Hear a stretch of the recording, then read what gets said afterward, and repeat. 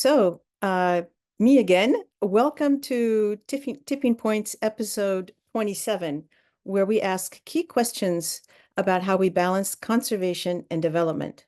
This webinar series is an initiative of the Oppenheimer Generations Research and Conservation, and webinars usually take place the last Thursday of every month at 1 p.m. South Africa time. So I'm Martha Stein-Sochas. I'm an advisor to the Executive Director of SAVACT, Anton Krona.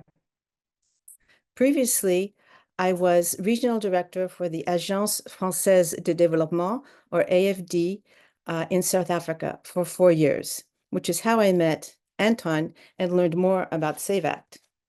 The focus of today's webinar will explore SAVACT's model, which has been operating for almost 20 years, building resilience to climate change and economic shocks among women and youth, and through them, their communities. SAVACT's approach is evidence-based. After a local ABCD or asset-based community development plan has been put in place, the emphasis is put on the formation of savings groups, accompanied by support and training, so that participants gain know-how to manage their finances and ability to start, should they so choose, small businesses or move into agroecology. This approach is what sets SAVACT apart from the more traditional Stockveld method that is known in South Africa. I'm very happy to be here with you today and look forward to a productive and insightful discussion. Please be aware that this session is being recorded and will be available on the Oppenheimer Generation Research and Conservation YouTube channel. This is also where you can catch up on webinars you may have missed. I also encourage you to sign up for the OGRC quarterly newsletter, and also stay tuned to OGRC's social media channels so you won't miss out on any events or communications. We are excited to have such a great turnout today, so please continue to introduce yourselves and engage in the chat box. And don't hesitate to use the same chat box for questions anytime throughout this session. So through our panelists, we will explore the human and social challenges faced by poor women and youth in South Africa. We will then turn to a discussion around climate change and adaptation with a presentation from research conducted in Ghana, Kenya, and South Africa, which illustrates what a greener economy means for the well-being of women and youth. Finally, we will hear from the ground from a case study, 2 case studies, one in Land and the other near the Kruger Park, to learn more about how savings groups show they can build resilience to climate change. So today, I am pleased to introduce our panel of experts. There are 4: Zach Essa, Darlington Sibanda, Esther Engelbrecht, and Shoki Mafogo. I will first have Zach speak. So Zach is an analyst supporting the Presidential Employment Stimulus, a large public employment program coordinated through the Project Management Office in the Presidency. His work focuses on how public employment can build livelihood pathways out of poverty and its role in responding to environmental challenges. Zach is also a PhD candidate at the London School of Economics in Environmental Policy and Development, researching the intersection of climate change, adaptation, and poverty alleviation. So Zach, now over to you, with my apologies. Thank you very much, Martha. No apologies required. Thank you also to the SAVACT team for putting this together, to Jive Media and the Oppenheimer Generations Foundation. It's really a pleasure to be here. I'm not, like my colleagues, unfortunately, an expert in savings groups or agroecology or climate science for that matter, so I'm a bit out of my depth. But like many students and many policymakers, I'm extremely concerned and worried about what a changing climate means for the most vulnerable people in our country and on our continent. So with my time today, instead of trying to give any answers, I really want to ask two questions that I've been grappling with that I think this webinar is in part trying to speak to.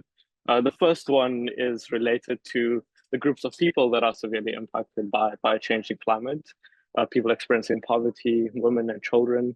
And the second one is then how we're thinking about adaptation interventions, which relates to savings groups and other ways we are trying to improve people's livelihoods. So briefly, I first want to take us back to 2022. On Friday, the 8th of April, rain started to fall in eThekwini, but by Monday afternoon and into the evening, a warning came to residents of the Quarry Road West community, and it said, don't go to sleep, the water is rising, there's more rain on the way, be ready to evacuate. By Tuesday morning, there was mud and debris where homes once stood. A few days later, on the 18th of April, President Ramaphosa announced a state of emergency, saying that tonight we are a nation united in grief. He was correct. At least 443 people were dead when the president spoke. 48 were still missing. 4,000 homes were destroyed and 40,000 people were houseless. It's really a story of a disaster and a hazard on a scale that we hadn't experienced for quite a long time in the country. But there are also two stories within what happened in the 2022 floods. On the one hand, there's a broad story of a family living in a relatively wealthy area like Ukloti, who may have had enough money to evacuate. Their homes may be strong enough to withstand torrential rains. If there are damages, they may be able to rebuild and mostly can continue their lives without negative coping strategies. And on the other hand, there's people in places like Quarry Road West that aren't as lucky. They live in unsafe and flood-prone areas and already face so many social and economic hazards, and their living conditions are unacceptable even in the absence of climatic events. And when shocks arrive to their homes, like the floods, their possessions and homes may be washed away, which has long-term implications on their lives, selling assets, taking on debt, reducing the meals consumed per day, pulling their children out of school, and really jeopardizing long-term welfare and exacerbating vulnerability. And so fundamentally, it seems that we know that climate change on its own is not what makes people vulnerable. It's closely linked and stems partly from poverty and inequality. The poor, the wealthy, women, men, the young and the old, and people of different social identities experience different risks to the same climatic events. And so we know who broadly is impacted. The questions I think we need to dive deeper into is why and in what ways are people more vulnerable? If we're saying that women, youth, people experiencing poverty are vulnerable to climate change, what about those conditions is making them vulnerable? For example, when a flood hits, is it true that in every aspect a young person is vulnerable? Maybe it's an old person with severe mobility issues, etc. So really understanding the texture of vulnerability, I think, is really important. And then in the same breath, we need to understand to what extent vulnerability is because of the climate and to what extent it's because of social factors. And this is important because it tells us where does development interventions that aim at reducing poverty and inequality, where do they end? And where does climate action start? Where do they overlap and where are they the same? And so on that note, the second question I had is what kinds of interventions are needed to effectively adapt? And savings groups are obviously a really important and vital part of building resilience and avoiding negative coping strategies. If people have access to savings, they may not have to pull their children out of school. They may be able to prepare ahead of a shock by building up productive assets and inputs so they can deal with climate shocks when they arrive. They're also an important part of solidarity and social cohesion. But in the long term, savings groups need to form part of a broader set of transformative interventions that address the root causes of vulnerability. And I think one quote I think that guides how I'm thinking about adaptation is this quote by the Archbishop, and he says, there comes a point where we need to stop pulling people out of the river. We need to go upstream to figure out why they're falling in the first place. And so to end, I think one important and overlooked place where interventions like savings groups can fit in is part of a broader system of social protection and social policy, which is fundamentally all about reducing people's vulnerability to poverty. social policy and social protection in its most ideal form says that in our society, we recognize the cost, for instance, of not having access to education. And because they're so high, we want to make that available to people. We say that people should have access to some minimum level of income. We say that people should have access to shelter, to water, to sanitation, to healthcare, to public employment, to free school meals, and to learner transport. And so the promise we make to South Africans that we're yet to fulfill is that there's some minimum level of standard of living that no one should ever fall through. And with the changing climate and new vulnerabilities, that floor has to be lifted. We need to understand how different interventions can fit together to address vulnerability to poverty and vulnerability to climate change. And so just to end, to say that we can't just adapt to climate change so that people can continue living in poverty. We live in an extremely challenging time, but there's also really a chance for us to transform our society, and we should be ambitious and grab that. And so I'm so excited about this conversation today. Thank you. That was a great introduction to our discussion today. I note that you are making the point that we need to build a broader system that is interconnected to reduce vulnerability to both poverty and climate change at the same time. So well noted. So on to our second speaker, Darlington Sibanda. Darlington is an interdisciplinary researcher on development, climate change, and poverty based at the African Climate and Development Initiative at UCT in Cape Town. His research focuses on how climate actions can be socially transformative, especially through addressing synergies and trade-offs between development, climate action, poverty, and inequality. So I think this flows really nicely from what Zach was just saying. Over to you, Darlington. Thanks. Okay, good day, everybody. My name is Darlington Sibanda, and as Martha has already introduced, based at the University of Cape Town. I'm not going to completely answer the questions which Zach brought in the previous presentation, but I'm going to share some of the insights of a research we carried out in Ghana, Kenya, and South Africa. The title of my short presentation is In Search of Equity in Place-Based Climate Change Adaptation Projects in Ghana, Kenya, and South Africa. So what was our research about? So briefly, as Zach has nicely put it in the previous presentation, alongside accelerated environmental change, the Anthropocene is marked by inequalities, inequities, and limited progress in achieving the SDGs.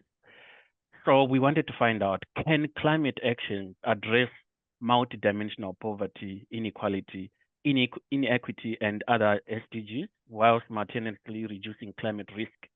What evidence do we have from existing projects which have been implemented in the three countries?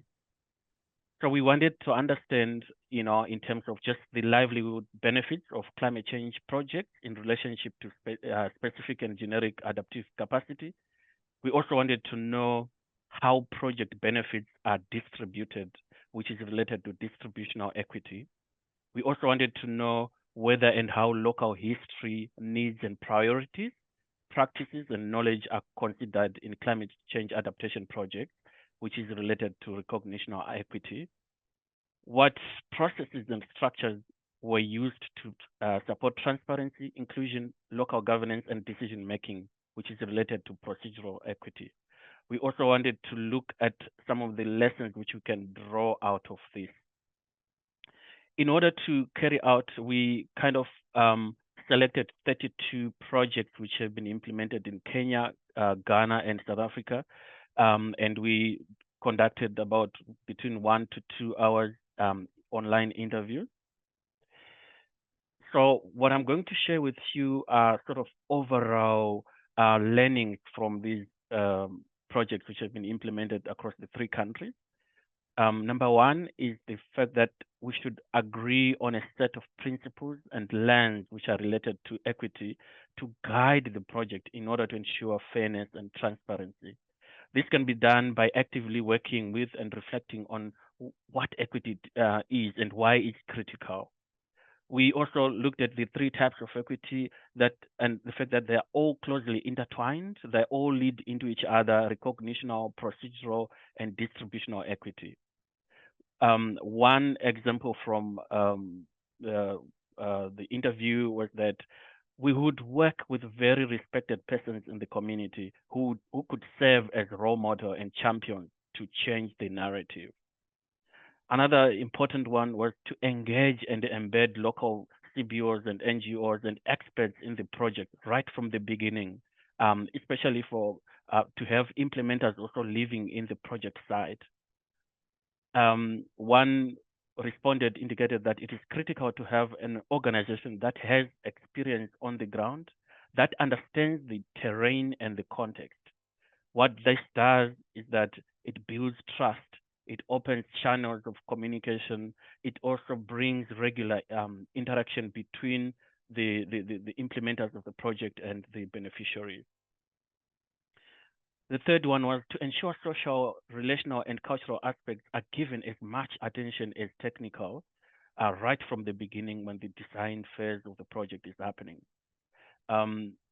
One respondent indicated that I would be more explicit about rights from the get-go and would include an introductory section on rights, including the interplay between customary and national, which is constitutional rights, during the workshop. I would also include a section on gender-specific rights relevant to the context and other minority groups' rights due to the intersectional vulnerabilities which play at community level. I would have wanted to go through what inclusion and equity means, but it covers issues around gender sensitization, building capacity amongst marginalized groups, finding ways to proactively include women, negotiating access to land for women, use of broader community structures. But I'll go to the other important one, which we thought was quite key there, was consider integrative approaches when you're implementing projects on the ground, including landscape approaches, to better support both generic and specific adaptive capacity in order to benefit diverse groups of people. That can lead also to collective agency, to have socio-ecological resilience at a broader scale, can also lead to diversification. And the other one, which is also related to the savings group, what Zach and the focus of this webinar is include savings group and other access to credit for the most vulnerable, especially women in the community. We had a couple of examples from South Africa, Ghana, and Kenya, where we had respondents indicating that the introduction of village savings and loans proved to be a very effective tool for poverty reduction and women's empowerment. Women in the project communities became more empowered with an economic decision making, and also in several cases taking leadership roles in the groups and communities. The other one indicated that village savings and loans were helping people to, and the important thing that we need to notice is that reduced migration of people from the north to the south, especially during the long dry season, because there was money available for women to borrow and engage in economic activities. The last one I'm going to give input in this during this time is about, while empowering women, find ways for men, boys, and husbands, to work together for more resilient livelihood. A couple of quotes from the respondents included examples such as, we have had men who now realize they need to empower their wives to have their own incomes and livelihood. And for higher sustainability next time, if we have to do such a project, we have to consciously include the husbands of women we are at work with. It helps to also avoid conflict in the household. It also helps to increase productivity, income, and food security at household level. And lastly, is the issue around actively bringing in the youth. I think we find sometimes youth are not part of the conversation when we talk of climate change adaptation and the vulnerable. of which youth are really critical to bring right from the beginning when you're designing projects. I'll hold on there because of time, but I would have wanted to share more around this particular study. Thank you.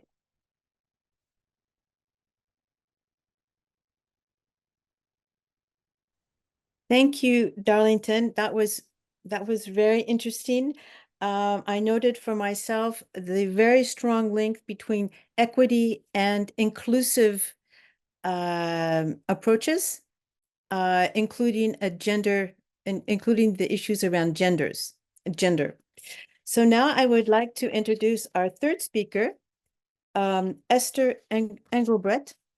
She is a multifaceted activist with extensive experience in community development across various sectors, including small-scale mining, ecotourism, climate change, and of course, women and youth-led savings groups in Namaqualand.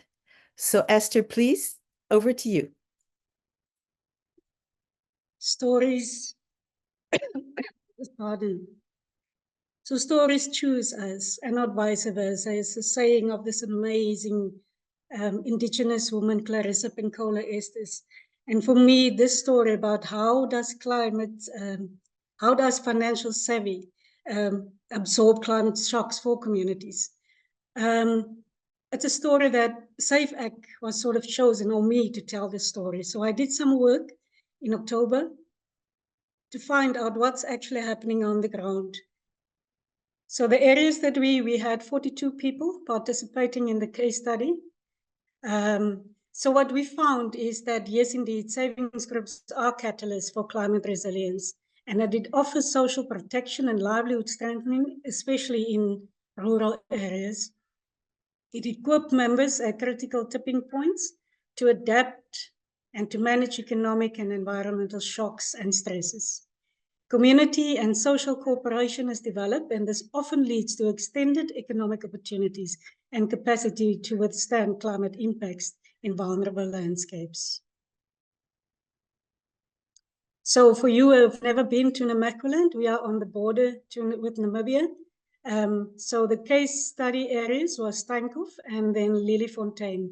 These are two areas identified as vulnerable because of its high biodiversity level and people's dependence on land for their livelihoods. So Namaqualand is one of two semi-desert areas, hotspot areas, and we've seen over years overgrazing and unsustainable land use, mining and so on, leaving huge impact on our land. With increase in heat temperatures, less rain and so on, we can see, or scientists have forecast that the semi-desert can indeed become a full-blown desert. Because of this dependency on land and the loss thereof, people are actually, men have to migrate looking for work, often leaving women behind to look after the farming and the children.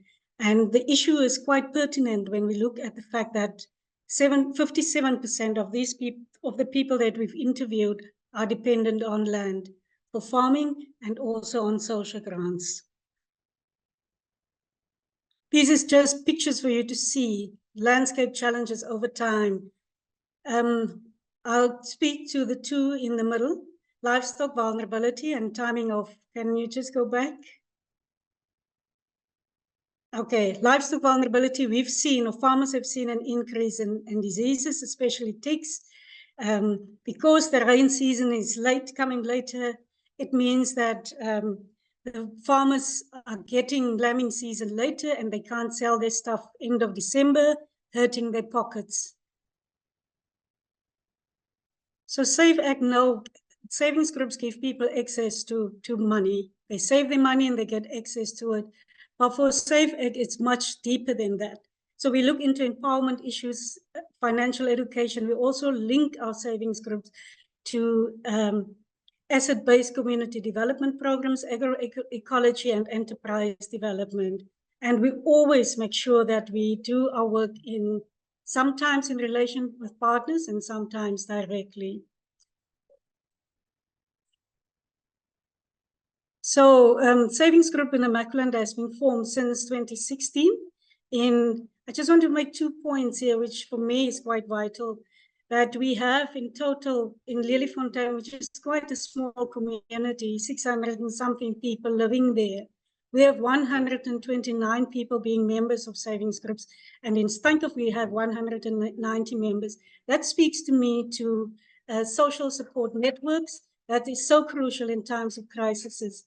I'd like to mention that COVID, which was quite a deep, stressful time for everybody, sort of created a safety net. We've seen that already, that it can act as a safety net in times of crisis. So what we have is that people in Steenkop save much higher than the people in Lelyfontein, but quite fine. So in terms of climate stuff for farming, we've seen that 95% of farmers involved in savings groups are indeed using their money for their farming activities, and they use it for various issues, especially things that that speaks to the core of climate impacts on farming, which is fodder, climate smart technology, camp improvements, medicines, livestock improvement, and relocation to seasonal grazing lands. So this one is for me the most powerful one. I won't go into all the details, but this lady, Katrina Roy, she had to repair a leak in her house, and she said, I will never be able with my money to repair my leak. And she could use money from the savings group to do that. And what we've also seen over time is that people can access water, rainwater, because they buy tanks and so on. But the most important thing is that it's building and improving family bonds.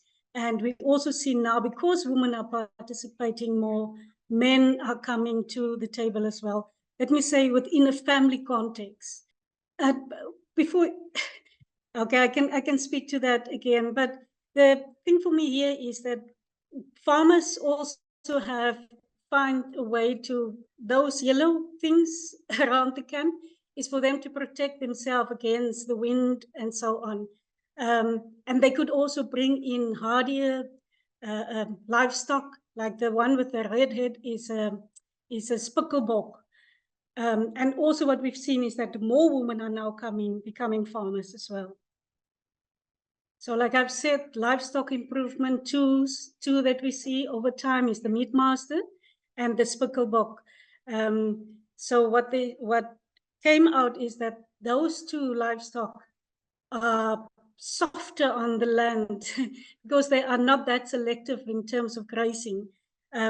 So leaving less imprint on the land. And all of these things were only made possible because people are part of savings groups. So for me, one of the most amazing stories in terms of resilience is this woman, Steffi Gertze, who lost everything in 2015 and had to decide with her husband whether they want to continue or not.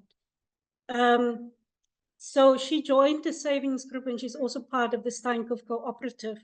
So what she saw is that the farmers they give their livestock mealies, milled mealies, to get a lining in their stomach before they go out to graze.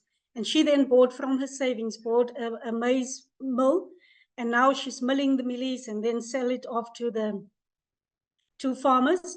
She also bought an electric meat saw, and that sort of helps her to make money additionally. So this talks to this thing of long-term sustainability and people being able to not just save, but moving to the next level of economic wellness. And especially we're seeing that amongst women being part of these groups.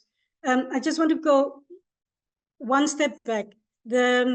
What we've seen in terms of women as well is that they buy things like fridges, like stoves, things that will improve their lives as well, especially. So next slide. So in closure, what my people say is that climate change cuts into our pockets. It makes us more poorer. But with the savings groups driving change, we can see it builds their resilience, because now they have access to money that's critical for their farms and their households.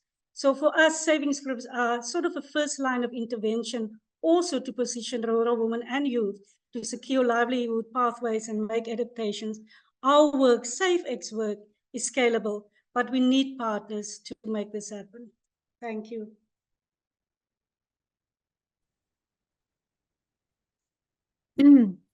Thank you very much, Esther. That was really informative and illustrative of SAVAC's work on the ground. We will now move on to our last speaker, Shoki Mafogo. She is a Kruger Canyon Project Nature Livelihoods Manager.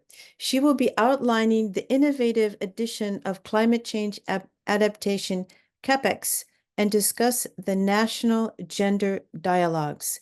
So, Shoki, over to you. Thank you. Thank you, Martha. Good afternoon, everyone. I'm just trying to share my screen without it showing a presenter. Just a second. Can everyone see my screen? Is that fine? Everyone online? Thumbs up, someone? No one.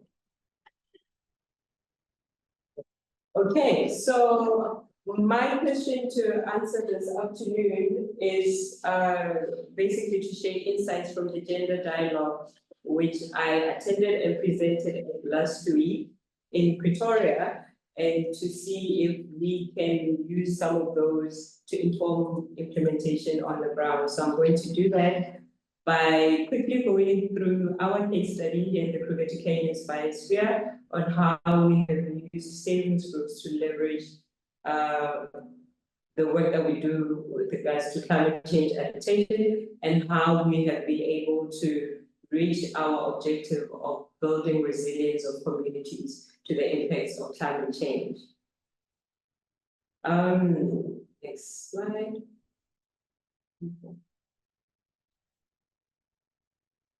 Okay, so just to give an overall of the project framework on which we're implementing, we had 4 components of the Dingwenyani Water Smart project, and I'm going to focus on the very last component, which is the very last component, which is result area 4, which was speaking to financial instruments that were viable or that could help build the resilience of communities to the impacts of climate change. So we found that the best system to roll this out was through savings groups, because they were accessible, they were inclusive, and it was a great structure to funnel through our CAPEX fund, which was embedded in our project dynamic. So as we speak, we have 13 functioning savings groups in the community of Piring, which is a demonstration site for the biosphere, and that is just under 250 participants, men and women that are now involved in our savings groups. So in terms of a CAPEX fund, so what it is a capital and infrastructure expenditure fund, which we built into the project proposal so that it could become a pay forward system or revolving loan that could continue to revolve in the community long after the of our project. And we felt tested it so that the savings groups would be a great vehicle to ensure that revolving of that fund, and that it would be accessible to more people than we, the project, could ever allocate to. So as we are talking today, we have participants who have had access to this CAPEX fund through the savings groups that were not allocated the fund from the project itself, but they got it through their savings groups after it had been paid back. So the whole system is based on paying it back so that somebody else can have access to it, which is a great way to build, when you look at microfinancing and how communities can have access to such funds to, whether they are livestock farming, whether they are crop farming, because some of our formal institutions have criteria that a normal, ordinary farmer in the community cannot have access to. So in terms of our implementation, how we did that was we are using the Save Act methodology, where we were trained and have trained others who are facilitating this training with our communities. We have mentored both farmers and SMEs who are part of our savings groups. We are using conservation agreements as part of our negotiations as to how our groups are functioning. And then to this day, if we are continuing to monitor those savings groups and seeing that they are viable and functioning through our health checks, which is part of the Save Act training that we did. So this graph is just to show how we have done over the years. So you will see that in the blue, very high numbers when looking at the cycles of the savings groups. So groups that are starting to join the methodology now are already starting with very high savings. And it also talks to how the community has embraced the methodology. You also see how the different cycles rise with each cycle in terms of their savings. So we will have a group that would have started in cycle 1 with a total saving of like 25,000 Rand, and the very same group with the next cycle will have a total of about 85,000 Rands of savings. So that just shows that people are embracing the methodology, people are understanding it, and more people get to be part of these savings groups as the years go by. So I'm quickly going to reflect on some positive stories that we can share with regards to what change has these savings groups brought into our people on the ground. This is Lucy, who's an SME from the community. She borrowed CapEx worth 80,000 Rand. So we bought her inputs in terms of what she needed worth that money. And what happens is that Lucy pays back that money not to us as a project, but to the savings group so that it can be available for the next person. And through the savings group and the access to the CapEx, Lucy has been able to pay off the building which she has been renting for 4 years. So now she owns it, and she was also, through our conservation negotiations, able to train 2 young people in the community with what she's doing. Here we have a group of women who also got access to CapEx and got a brick making machine. And it was worth 70,000 Rands. And so now their savings group has access to that 70,000 Rands because they are paying it back into the savings group. Last month, I actually did a health check with the specific group, and somebody else borrowed from their CapEx because they are paying it back. We also have a group of 4 farmers in the community who have been able to purchase this tractor because they qualified and got that CapEx and are now paying it back into their savings group. And because of this, you can see some of their yields looking very good there, that they get to really flourish as crop farmers, and that's under our agroecology component. So just to touch on really key insights that came out of the gender dialogue, and I heard my colleague Darlington touch on a few of them as well. So it was it strongly came out about including men when talking about gender or gender mainstreaming, and which is actually very true because gender mainstreaming is about equal access to the value chain and not necessarily the height. But in order to do that, there was also a strong stance on promoting equity in order to get equality. And so for me, that came out very strongly because equity is a value. Equity is about meeting people where they are with their different needs. It's not just about numbers or giving everybody the same thing, but about meeting people where they are. And then the last thing that really came out strongly was the issue of intersectionality. That, you know, when talking about gender at grassroots levels, you find that we need to recognize that gender intersects with other factors, such, you know, it can be, you know, historical factors, it can be cultural factors, it can be social factors. So you cannot address the issue of gender in isolation. It always has other layers that you will find, actually impacts them in other areas that are not really gender focused, but affects them in their family, affects them in their households. And so in our savings groups, we actually see some of these things come out. And we are actually very proud to say that our savings groups have been a great remedy for some of these social ills or social issues that rise in our communities. And I think we can safely say that savings groups have definitely become a buffer or contributed to building resilience to our people on grassroots levels. Thank you.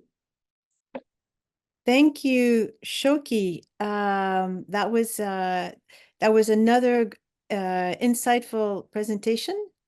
I think we should move, since our time is moving along here, I think we should move quickly into the questions. So we have a few questions that were submitted earlier.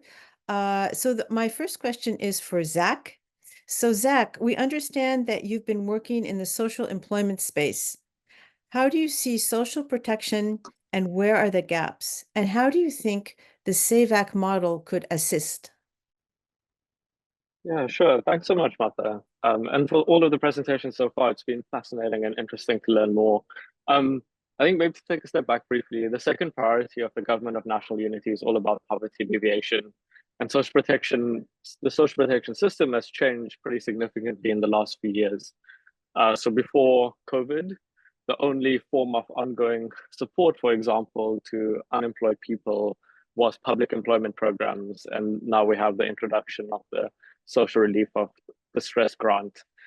So the social protection system is really changing and expanding in very exciting ways. In terms of where the gaps are, I think one of the big gaps is about connecting the social protection system to climate action, figuring out how it fits and plays a part in our adaptation initiatives. What role does it have in the just energy transition and even for climate mitigation, and for biodiversity and conservation. In terms of the role for interventions like SAVAC, is awfully important. No one's mission is to live off a child support grant their entire life. We need to figure out how to build long-term pathways out of poverty and reduce people's vulnerability over time. And models like SAVAC, I think, fit in really well into a long-term strategy for how does someone who's part of a public employment program, for example, slowly build a more resilient and robust livelihood so that they can escape it and enter a more sustainable employment or enterprise. Great. Thank you. I think I had a second question for you, Zach, but I'll come back to you later if we still have time. I'm going to move on to Darlington. So Darlington, in your view, what is the role of leadership in managing the trade-offs between development, climate action, poverty, and inequality? Thank you, Martha, for the question. Leadership plays a very critical role in balancing that complex trade-off between economic development, climate action, poverty, and inequality. There are quite a number of areas which I can look at, but I'll just mention a few.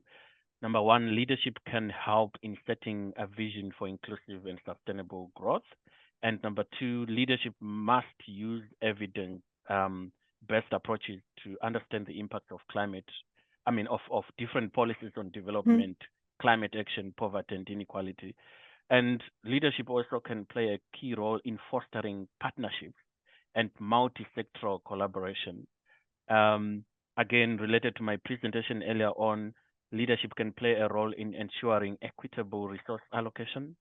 And also leadership can champion policies that support sustainable development, and such as carbon pricing, sustainable agriculture, agroecology, and other policies even related to savings, for example. Leadership can champion that. Again, just the last 2 points from my view is that leadership should ensure transparency and accountability. and it sets that bar of ethical decision making and balancing, between these immediate gains which people get, and then the future sustainability of whatever intervention is being taken. Thanks. Thank you, Darlington. Those are very universal values that we hope leaders all over the world will continue to hold dear: transparency and ethical decision-making. So Esther, on your presentation and given your insights into women-led savings groups, have you noticed that women-led savings groups have differences with youth-led savings groups? Yeah, the methodology in terms of setting them up are the same. But in terms of women-led groups, what we do see, I've seen over the years, that it speaks to issues of empowerment and women being able to make financial decisions for households that they never could do before. It also make them sort of equal in the household. Just to bring an example, in one of the meetings that I've been, the men said, when the woman said, when we bring our savings home, it's our money. But when we bring the meat home from the farm, it becomes the household's meat.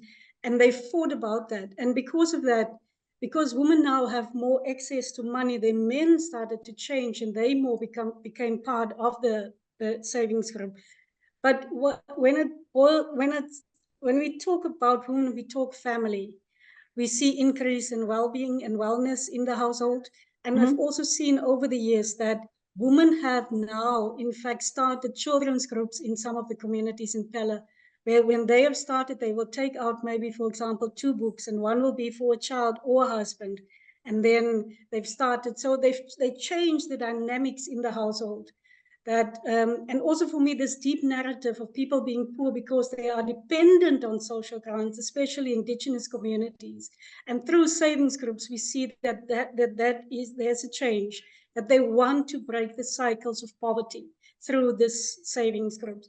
And leadership of women are amazing. And most of the time they not just save, but feature into other economic empowerment stuff as well.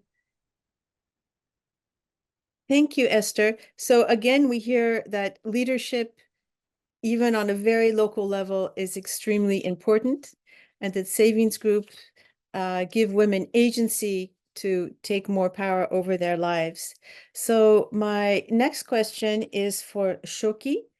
Shoki, have any insights from the National Gender Dialogues informed implementation of your strategies on the ground? Thanks, Martha. So in terms of informing, I would say no, but in terms of affirming, I would say definitely yes, because all the things that came out at the gender dialogue are things that we were implementing on the ground, because we had also come across the very same challenges that were shared at the gender dialogue. Just before I gave my talk last week, I just asked the room by show of hands how many of us were in savings groups, and we had about 80% of the room in savings groups, though it would have probably been different methodologies, not necessarily the same methodology, but the same issues that we face here in Piring are the same issues that people in Rustenburg are facing. So if anything, it was not necessarily new things that came up, but it was very affirming for us to say that we were on the right track in terms of addressing some of these gender-related issues that came up. If you look at the concept of savings groups in our communities, it's a very female-dominated space and can be intimidating for our male counterparts, which is very strange for them to feel that way in a world that is a man's world. But we have, for instance, a structure which is the Chairman's Forum, and you can see both genders coming very hard to contribute to that space positively, everybody having a fair chance to build the governance and contribute to the governance of their savings groups. So where you would have, and we also just try to balance it out where we can control or direct. If we would have a male chairperson, then the secretary must be female, but not necessarily just to fill up those quotas, but to just allow both of them to feed off from one another and that they can contribute to the change that we are trying to see in our communities. Thank you. Thank you. So unfortunately, we're getting very close to the end of our time. So I think we're going to have to wrap up for this session. So I would like to express my sincere thanks to all four presenters, Zach, Darlington, Esther, and Shoki, for their valuable input and significant contributions to this conversation. I can see from the chat that there's some conversations that have started, so we would encourage you to continue those offline. The next OGRC Tipping Points webinar is scheduled for the 28th of November at 1 p.m. South Africa time. It will focus on biodiversity and the COP16 that is currently taking place in Colombia. I would encourage you again to sign up for the OGRC quarterly newsletter to stay updated on future events. And you can find the link that's been posted in the chat box.